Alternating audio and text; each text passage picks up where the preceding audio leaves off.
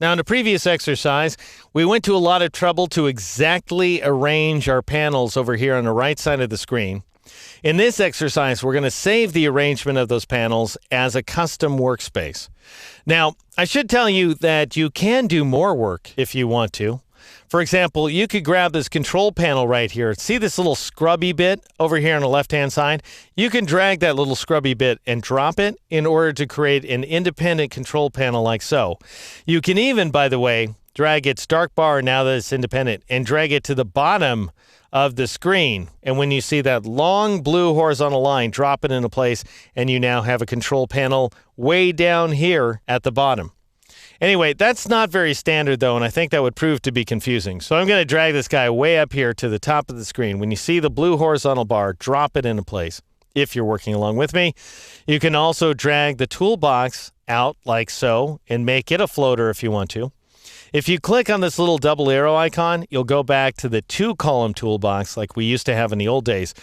And we'll be seeing a fair amount of this two-column toolbox. The only reason being because my screen is too short to see all of these elements down here when I'm viewing the one-column toolbox. Notice that. If I click on this icon again for the single-column toolbox, a ton of stuff is getting cut off there at the bottom.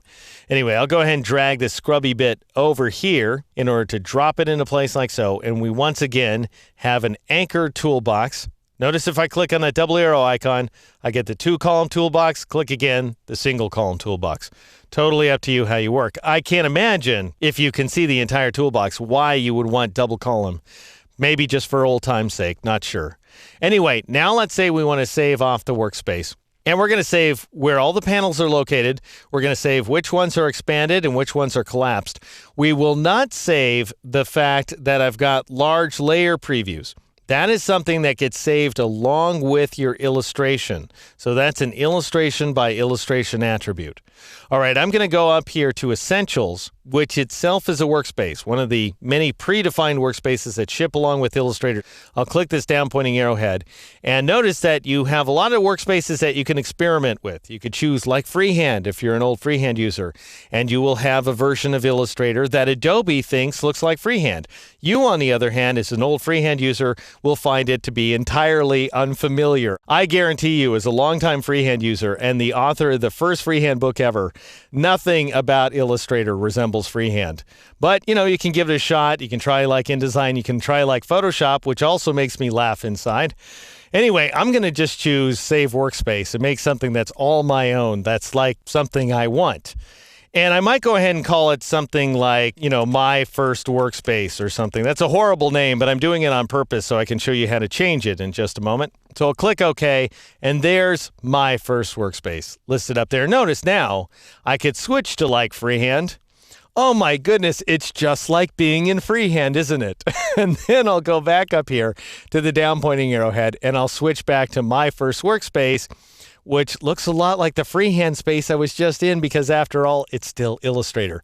Anyway, one of the non-humorous things to note here is that Illustrator did not save my single-column toolbox. Now, it will for you. You won't have this double-column toolbox problem happening on a normal screen. But because mine is so dinky, every time I switch workspaces and every time I launch the product as well, I will see the double column toolbox, which is Illustrator's way of saying, hey, I couldn't fit everything on screen. I did my best. You've got to work with two columns. Then I say, no, I don't, and click on this icon in order to force the display of the single column toolbox. All right, I don't like this name. My First Workspace. It's terrible. So click the down pointing arrowhead, and I have the option of managing my workspaces. So I'll go ahead and choose that command. Brings up the Manage Workspaces dialog box, which is an only slightly functioning dialog box, as you'll see. I'll go ahead and change the name to One on One. And you may be confused at this point. How do you save that out? How do you go ahead and make Illustrator aware that you want this change to be made, other than clicking OK, of course, which is going to take you out of the dialog box? Well, what you do is you press the Tab key. Tab will go ahead and invoke your change. And then you could create yet another workspace if you wanted to, although at this stage in the game, there's really no point. All right, I'll click OK in order to update that workspace. It's now called One-on-One. You can call it whatever you like. You can modify that workspace as much as you want and save out countless other workspaces as well. In the next exercise, we're going to modify a few strategic preference settings.